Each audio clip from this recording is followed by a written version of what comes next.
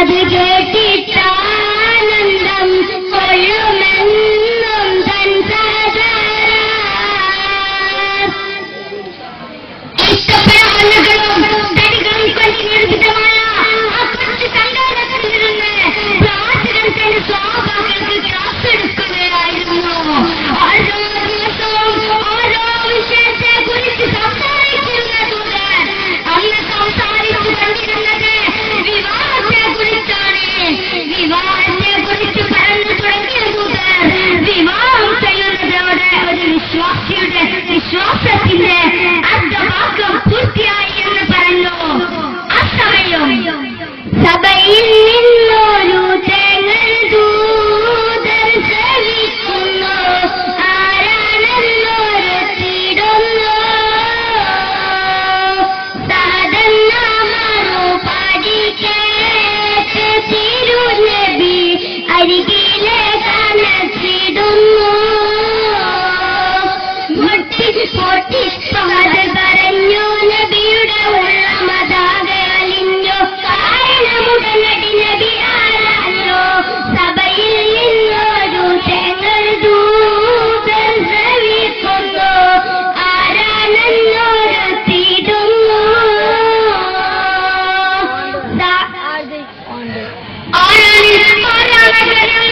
ചോദ്യങ്ങളും ഉത്തരങ്ങളും പരസ്യങ്ങളും കണ്ടുകൊണ്ടിരിക്കുന്ന സദസ്സ് വിശദമായി സദസ്സൊന്നരംഗം സാദിലേക്ക് നോക്കി.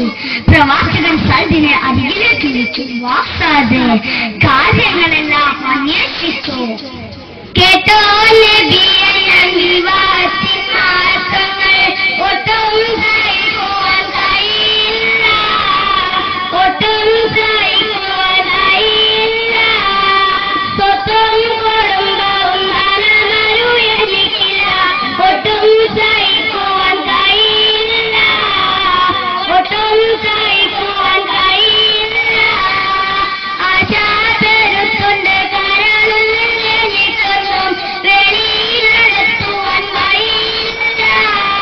വെളിയിലെടുത്തുവാൻ കഴിയില്ല.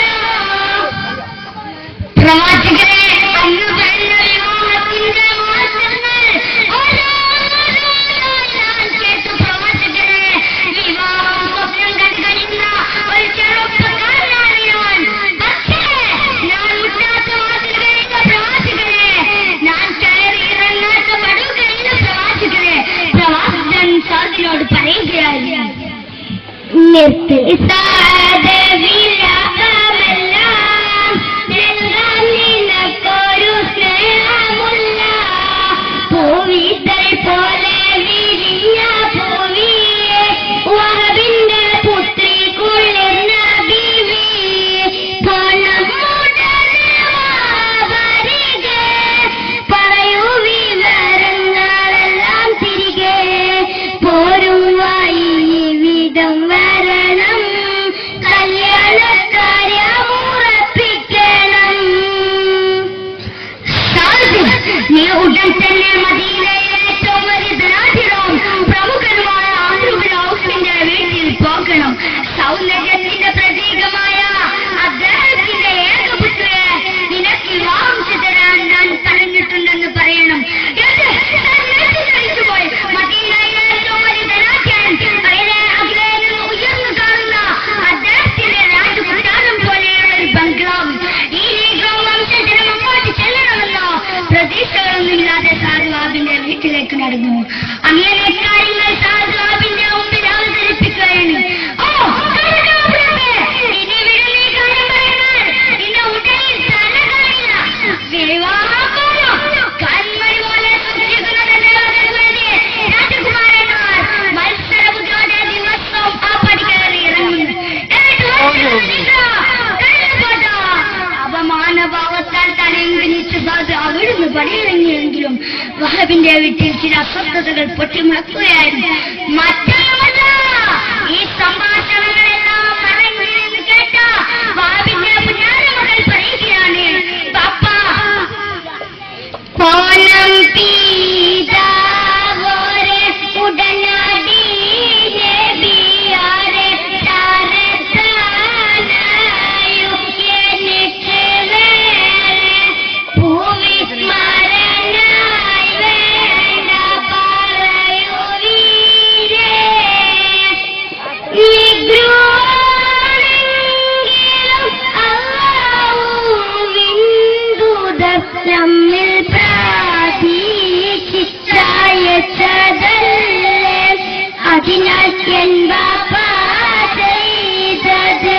മോശമല്ലേ ബാപ്പ ആ വന്നത് നീഗ്രൂമായ ഒരു വംശജനാണെങ്കിലും അദ്ദേഹത്തെ പറഞ്ഞയച്ചത് പ്രിയപ്പെട്ട ബാപ്പയെയും ശൈലിയെയും പഴക്കാൻ കാത്തുനിൽക്കായ പ്രവാചകരാണ്. അതുകൊണ്ട് പ്രവാചകരോട് വാക്കു പറയൂ ബാപ്പ. മകളുടെ വാക്കുകൾ കേട്ട് പ്രവാചക സൗരത്തിലെത്തുമ്പോൾ സാധുതന്റെ അനുഭവങ്ങൾ നബിയോട് വിവരിക്കുകയായിരുന്നു. അങ്ങനെ പ്രവാചകരോട് മാപ്പും പറഞ്ഞ് അവിടെ വെച്ചുള്ളത് തന്റെ പുത്രിയുടെ കല്യാണം ഉറപ്പിക്കുകയും അതിന് ധനാഢ്യനായ വാലിന്റെ വീട്ടിൽ കല്യാണത്തിന്റെ ആർഭാടപൂർവമായ ഒരുക്കങ്ങൾ തുടങ്ങിയിരുന്നു. മംഗള പുതുനാരിയാൽ സംഗീതലങ്കാരം തുടങ്ങി, നീതലങ്കാരം തുടങ്ങി, സരിഗമരാഗങ്ങൾ താളം മേള കുതുകുലമാകെ പൊങ്ങി, മേള കുതുകുലമാകെ പൊങ്ങി, നാട്ടുകാർ ഉല്ലാസമേകും സുന്ദര സുദിനം വിളങ്ങി, സുന്ദര സുദിനം വിളങ്ങി, മഹിമയേറും മംഗളത്തിൽ ഉന്നതമാം കീർത്തി പൊങ്ങി, ഉന്നതമാം കീർത്തി പൊങ്ങി. പുന്നാര പുതുനാരിയൊരുങ്ങിടുന്നു, മെയിലാന്തി താരിവളകൾ അണിഞ്ഞിടുന്നു, സ്വർണ്ണത്തിൽ പൊള്ളിച്ച് പെണ്ണൊരുങ്ങിടുന്നു, സ്വരരാഗാനമെങ്ങും ഉയർന്നിടുന്നു. ധനാഢ്യനായ വാദിന്റെ വീട്ടിൽ കല്യാണത്തിന്റെ ആർഭാടപൂർവമായ ഒരുക്കങ്ങൾ നടക്കുകയും മഹറിന്റെ പോലും പണമില്ലാതെ സാദിന് വിശന്നനായി അലയുകയായിരുന്നു. അവസാനം ഉസ്മാൻ ഇബ്നു അഫ്ഫാൻ സാദിന് പണം നൽകി. സാദിന്റെ സന്തോഷത്തിന് അതിരില്ലായിരുന്നു. നാളെയുടെ പ്രഭാതനാൽ പുതുമണവാളനാകുന്നു. നാളുകളേറെ കാത്തിരുന്ന അനുഗ്രഹിക്കമുള്ള വഴികളാണ്. ആനന്ദത്തിന്റെ പൂജികത്തുന്ന ഹൃദയവുമായി സാദ് അങ്ങാടിയിലേക്ക് നടന്നു. പിറകിൽ നിന്ന് എന്തോ ഒരു ശബ്ദം കേട്ട പോലെ സാദിന് തോന്നി. യുദ്ധമുറവിളിയും കേട്ട് സാദിനെത്തുന്നു, ഉടനടി വാഴവാകുന്നു, മംഗളനാൾ മറക്കുന്നു. യുദ്ധമുറവിളിയും കേട്ട് സാദിനെത്തുന്നു, ഉടനടി വാഴവാകുന്നു, മംഗളനാൾ മറക്കുന്നു.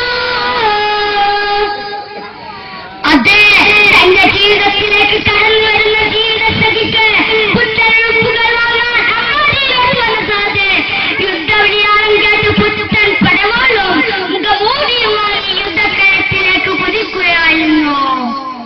യുദ്ധക്കളത്തിൽ പോരുതി ജയിക്കുവാൻ സാധും കൊതിച്ചല്ലോ, മുഖമൂടി വാങ്ങിയല്ലോ. യുദ്ധക്കളത്തിൽ പോരുതി ജയിക്കുവാൻ സാധും കൊതിച്ചല്ലോ, തിരുതുകത്തറമെന്നറിവാലെ മുഖമൂടി വാങ്ങിയല്ലോ.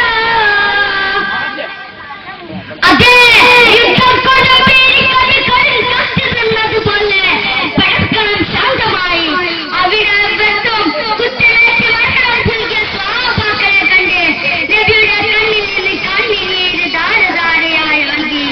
അവസാനം ആ മുഖമൂടിക്കുള്ളിൽ ആരാണെന്ന് നോക്കാൻ പറഞ്ഞപ്പോൾ പ്രവാചകർ ആ മുഖമൂടി അയച്ചപ്പോൾ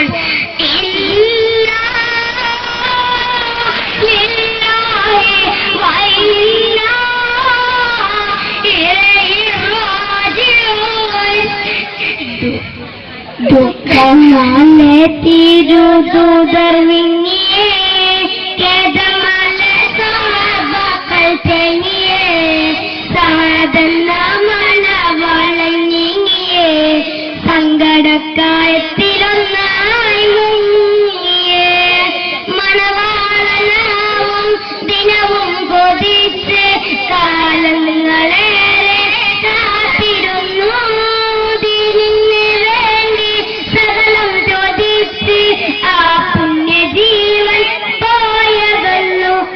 കമലെ തിരുദൂതർ വിങ്ങിയേ, കേതമലെ സ്വഹാബാക്കൾ തേങ്ങിയേ, സാധന മണവാളൻ നീങ്ങിയേ, സങ്കടക്കാറ്റിലോ